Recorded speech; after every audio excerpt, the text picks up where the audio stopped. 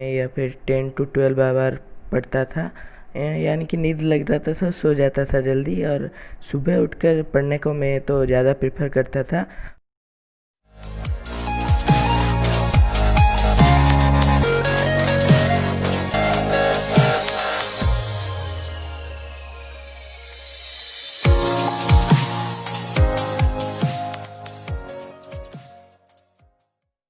Hello everyone, welcome back to YouTube. This is Guru. और हमारे channel में जो भी यहाँ पर देख रहा है सभी लोग को हार्दिक शुभेच्छा और शुभकामना।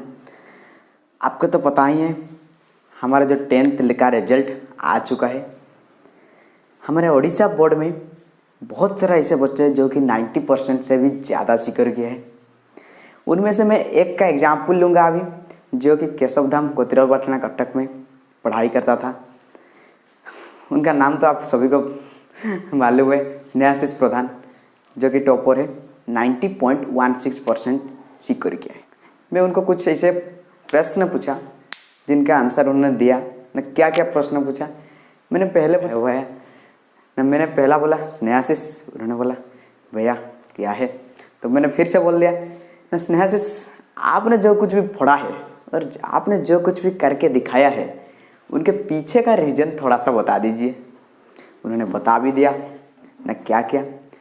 उन्होंने जो कुछ ही बता दिया, मैं आज ये सभी का सब का समरी निकाल के यहाँ पर बोलूँगा। ओके, तो मैंने उनसे पहला पूछा कि स्नेहाशीष आप कितना घंटे पढ़ते थे। उन्होंने बोला भैया मैं 10 से 12 घंटा पढ़ता था। 10 से 12 घंटा पढ़ता था। तो मैंने बोला उसको क्या 10 से 12 घंटा आप रोज़ पढ़ते थे। उन्होंने बोला भैया मैं ये जो 10 से 12 घंटा पढ़ता था ना, अगर मेरा ग्राफ ऐसा होगा तो ग्राफ मेरा स्ट्रेट लाइन पे ही जाता था। ओके, तो मैंने बोला बहुत अच्छा है।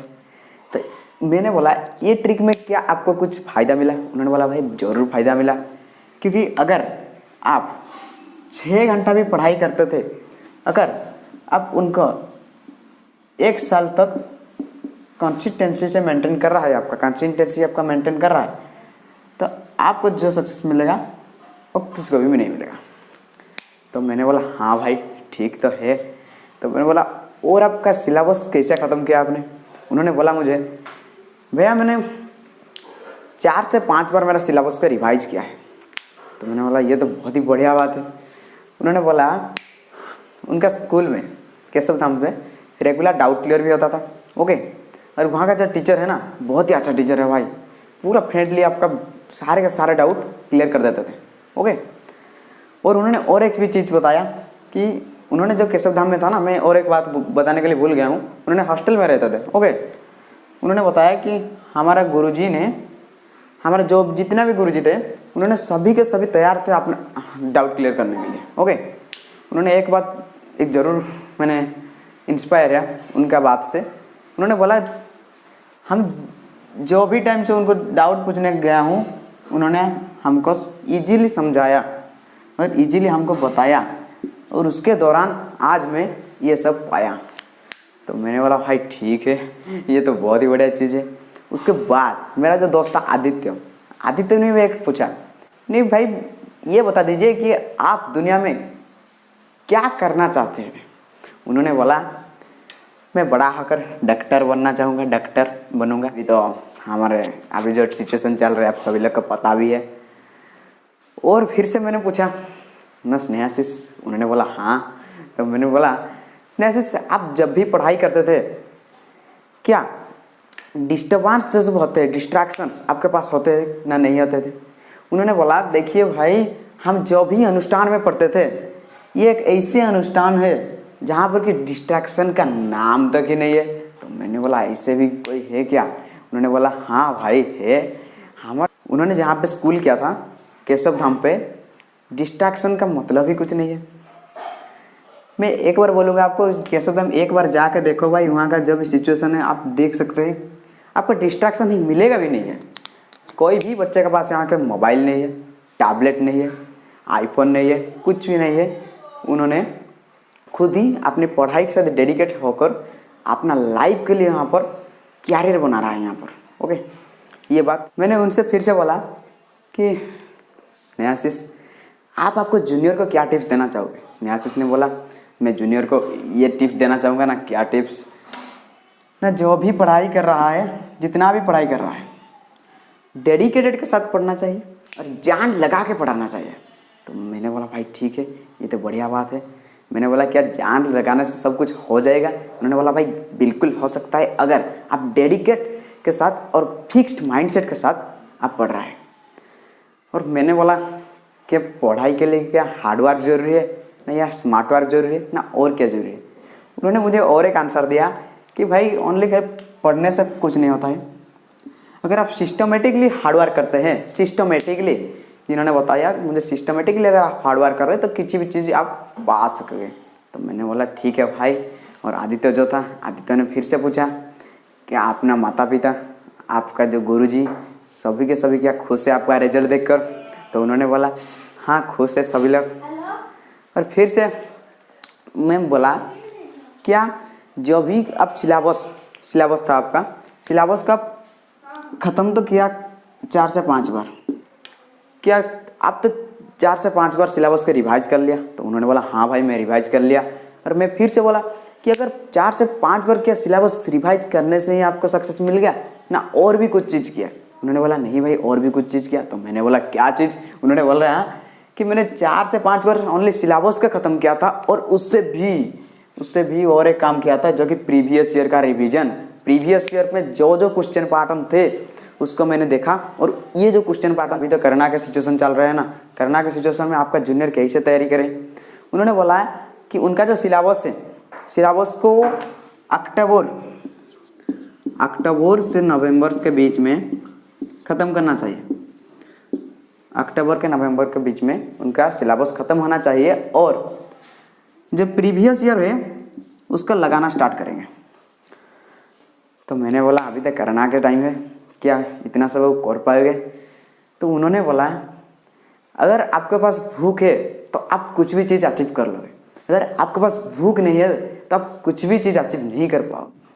तो मैंने यह बात सुनकर बोला क्या भाई भूख तो है उनके पास, अगर उनके पास यदि यानी अपॉर्चुनिटी नहीं है तो वो क्या करेंगे?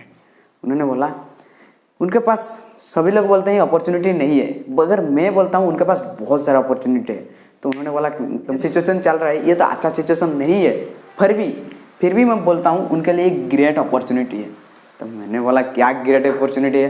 तो उन्होंने बोला कि हमारा जो स्कूल और हॉस्टल और जो मेस और जो प्लेग्राउंड, इतना सारा बहुत सारा चीज़ थे, ट्रैवलिंग करने में थोड़ा थोड़ा हमारा टाइम लॉस होता था। तो मैंने बोला भाई ठीक है। उन्होंने बोला अभी जो सिचुएशन है, ये जो टाइम ट्रैवलिंग का टाइम बच जाएगा और ये टाइम में अपने पढ़ाई के लिए दे सकेंगे। ओके। उसके बाद मैंने उसको पूछा आपका रूटीन कैसा था? उन्होंने बोला मैं एक वीकली रूटीन फिक्स करता था, ये वीकली रूटीन को मैं वीकली रूटीन को हर डे का मैं फिक्स कर देता था। आज के डेट में मुझे ये करना चाहिए, उसके बाद मैं यहाँ पर टिक लगा देता था। मैंने बोला हाँ ये तो बढ़िया आइडिया है। उन्होंने बोला इतना सा नहीं, पर उसको भी आप 1 घंटा 10 घंटा में 24 आवर में डिवाइड कर लो। 24 आवर डिवाइड करके अपना टाइम को आप मेंशन कर लो, आप कितना टाइम आपके लिए देते हैं और कितना टाइम अलग के लिए देता है। अगर आपका टाइम ज़्यादा टाइम पढ़ाई के देते हैं तो आप मान लो कि आप सक्सेसफुल बन पाओगे। अगर आप ज़्यादा टाइम आपका पढ़ाई के लिए नहीं देता है तो आप मान लो कि आपका रिजल्ट थोड़ा सा डिक्रीज होगा। उन्होंने लास्ट में ये चीज़ मेंशन किया कि मेहनत के बिना कुछ भी फल नहीं मिलता। तो मैं भी यह बोलता हूँ अगर आप किसी भी चीज़ के पाने के लिए आपको भूख होना ज़रूरी है भाई। अगर आप किसी भी चीज़ पाने के लिए अगर आप जान लगा देते हैं ना, तो ये चीज़ आप पा ही सकते हैं, पा ही जाओगे भी। अगर आप चीज़ों को एक्सप्लोर कर रहा हो कि अब मैं ये चीज़ फोड़ूंगा और ये चीज़ मैं फोड़ के रहूँगा और उस चीज़ पे आप जान लगा दोगे तो आप ज़रूर मानना कि ये सक्सेस आप ही पाओगे भाई, कोई आपसे नहीं ले पाएगा। ओके, इसी के साथ साथ चलते हैं स्नेहाशीष के साथ कुछ बात करते हैं। ओके सो हेलो फ्रेंड्स, और गुरु भाई ने तो मेरे बारे में कुछ ना कुछ बताया होगा। मैं हूँ स्नेहाशीष और कल हमारा मैट्रिक का रिजल्ट आ चुका है और मैंने 90.1 यानी कि 541 स्कोर अकर किया है। और इसी के साथ मैं तो दिन में गुरु भाई ने मुझसे ये भी पूछा था कि मैं कितना घंटे पढ़ता था। मैं बोलना चाहूँगा कि मैं तो दिन में या फिर 10 to 12 आवर पढ़ता था। यानी कि नींद लग जाता था, सो जाता था जल्दी, और सुबह उठकर पढ़ने को मैं तो ज़्यादा प्रेफर करता था। और मैं तो इसका सब श्रेय मेरे गुरुजन, माता पिता और केशव धाम के सभी गुरुजियों को देना चाहता हूँ। और केशव धाम में मैं जब रहता था, हम सब मतलब क्या ही बोलूँ केशव धाम के बारे में। ये तो मेरे लिए एकदम मंदिर है। और हंसी खुशी में हम लोग चलते थे। हम हॉस्टल में रहते थे और हमारे दोस्तों के बीच बहुत खुशी मजाक होता रहता था, पढ़ाई भी होती रहती थी। और हम सब दोस्तों ने अच्छा स्कोर किया है मैट्रिक में। और गुरु भाई भी तो वहीं पर पढ़ते थे, और वो भी बताया होगा आपसे केशव धाम के बारे में। और मैं तो मेडिकल आगे जाकर पहले +2 देखूंगा। प्लस टू में भी ऐसा ही स्कोर करना चाहूँगा, और जो भी है भगवान की कृपा से है। और उसके बाद मेडिकल के लिए प्रिपेयर होऊंगा, और देखते हैं आगे क्या होता है। और मैं मेरे जूनियर से यही बोलना चाहूँगा कि अभी जितना हंसी मजाक है उतना कर लेना चाहिए, और उसके बाद एकदम से दम लगा कर पढ़ लेना चाहिए। और मैट्रिक में जैसे अच्छा स्कोर हो, 95 97 ऐसा ही कुछ स्कोर लाए। और केशव धाम के स्टूडेंट्स में अभी जो जूनियर है 10th में आया है, उनको भी मैं ये बोलना चाहूँगा, वो भी हमारा केशव धाम का नाम एकदम इंडिया में उजाला कर दे। और क्या बोलूँ केशव धाम के बारे में, हम लोग तो वही पढ़ कर बड़े हुए हैं। और यहाँ घर में थोड़ा सा अच्छा नहीं लगता, और हॉस्टल में रहने से बहुत ही मज़ा आता है। और इसी के साथ बाय बाय।